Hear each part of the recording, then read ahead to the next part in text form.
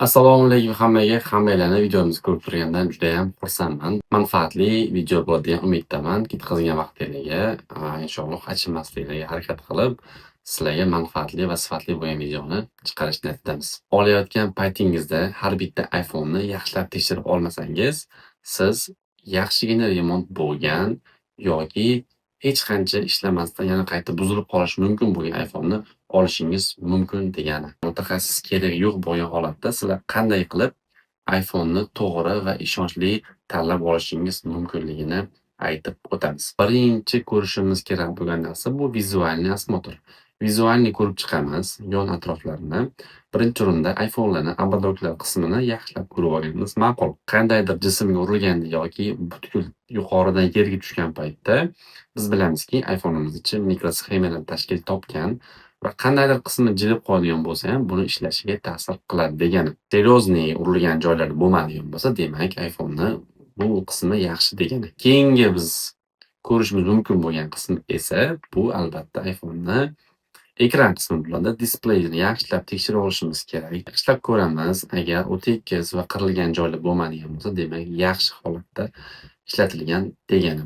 Keyingi holatda esa iPhone'imizni ekranini yoqamiz va oq fonli joyga kiramiz. Ko'proq bu menyu kirgan paytingizda yokida SMSga kirgan paytingizda ham kelib chiqadi. E'tibor berib, burchaklargacha e'tibor berasiz. Agar burchaklarda qandaydir notekisliklar yoki dog'lar ko'radigan bo'lsangiz yoki telefon o'zini oq fonda ba'zida orqasida soyasi ham chiqib qoladi. Bu degani ekran almashtirilgan yoki sifatsiz almashtirilgan degani. Shunga e'tibor beringlar. 99% insonlar kamerasiga ishongan holda kamerasi yaxshi bo'lgan deb iPhone xarid qilishadi. Shuning uchun biz keyingi etapda iPhone'ni kamerasiga e'tibor beramiz. Kameraning ichida hech qanaqa chang yoki g'ubor bo'lmasligi kerak.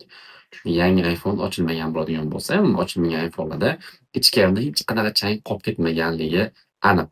Shuning uchun agar sizda olayotgan iPhone'ingizda ichida qandaydir chang qoladigan bo'lsa yoki ko'rib qolsangiz, demak bu iPhone'ingiz 100% ichi ochilgan degani. Ishini yaxshi qila olmaydigan ustalar shunaqa holatlar bo'lgan ko'rganmiz. Ichida linzalarda, kamera linzalarida o'zlarini barmoq izini qoldirib ketishgan. Oldi kamerasida ham ko'p holatlarda chang to'lib qoladi. Bu degani telefoningiz ochilgan va sifatli kleylanmaganligi uchun tashqaridan chang kirib kelgan. Bu telefonni suvda ishlatish umuman mumkin emas, chunki suvga tushgandan keyin ichiga suv kiradi va zamikani hosil qiladi. Keyingi etap qayerga qaraymiz desak, har bitta iPhone'ning pastki qismida ikkita zavod tomonidan qotilgan boltlar bo'ladi. Mana shu boltlarga yaxshilab e'tibor beramiz. Agar remont bo'lgan iPhone bo'ladigan bo'lsa, demak mana shu boltlarda atverkani izlari qolib ketgan bo'ladi yoki qirilgan bo'ladi mana burchaklari. Yaxshilab e'tibor beradigan bo'lsak, ba'zida biz shunaqa holatlar ko'rganmiz. Ustalar bilmaymiz qanaqa tarzda ishlashgan, bitta boltini qotirishmagan. Agar sizda shunaqa holatlardan birortasi uchraydigan bo'lsa, kamerada yoki ekranda yoki bolt qismida bo'ladigan bo'lsa, yaxshisi bu iPhone narxi qancha bo'lishidan qat'iy nazar olmaslikni maslahat beramiz. Endi asosiy qismiga o'tamiz. Asosiy qismi iPhone'lar shunaqa tarzda qilinganki, ya'ni o'zi diagnostikasi bo'ladi, ya'ni qayerda almashgan bo'lsa, o'sha narsa ekranni telefonning o'zining menyusida bu narsa ko'rinib turadi. Uni ko'rish nima qilamiz? Настройки bo'limiga o'tamiz. Настройки bo'limi agar telefoningiz rus tilida bo'ladigan bo'lsa, основной degan bo'limi bor. Основной kirganingizda tepada об этом устройстве qismiga kirasiz va ko'rib turganingizdek bu yerda seriyniy nomer degan joyning tagida agar telefoningiz almashtirilgan qism bo'ladigan bo'lsa, История деталей и обслуживания degan narsa yonib qoladi edi. Shuni ustiga bitta bosib ko'rsanglar, ichida qaysi qism almashgan bo'lsa ko'rinib turadi. Degani ana o'sha joylar yoki ishlamay qolgan yokida almashtirilgan. Almashtirishda ham ikkita yo'li bor. Ya'ni original zapchast qo'yib, o'zini Apple servis sentrda almashtirilgan bo'lishi mumkin yoki ko'chada har qanday ustani qo'lida remont bo'lgan bo'lishi mumkin. Akkumulyatorni ustiga bosadigan bo'lsangiz, agar originalga almashgan bo'lsa, bunda sizda birinchisi tip deb turib akkumulyator deb yozib qo'yadi. Keyingisida status подлинный deb yozib qo'yadi va uchinchisi datada ko'rinib turadi, ya'ni qachon remont bo'lgan. Misol uchun mana bu qo'lda telefon akkumulyatori almashtirilgan ekan va ko'rib turganingizdek bu Apple Service Center'da almashgan. Agar ko'chada bo'ladigan bo'lsa, bunda akkumulyator yoki displey degan joyda ichiga bosib ko'radigan bo'lsangiz, bunda nie распознан degan yozuv chiqib qoladi. Yoki iPhone har bitta qismini o'zida konnektorlar bor, ana shu orqali aniqlash mumkin.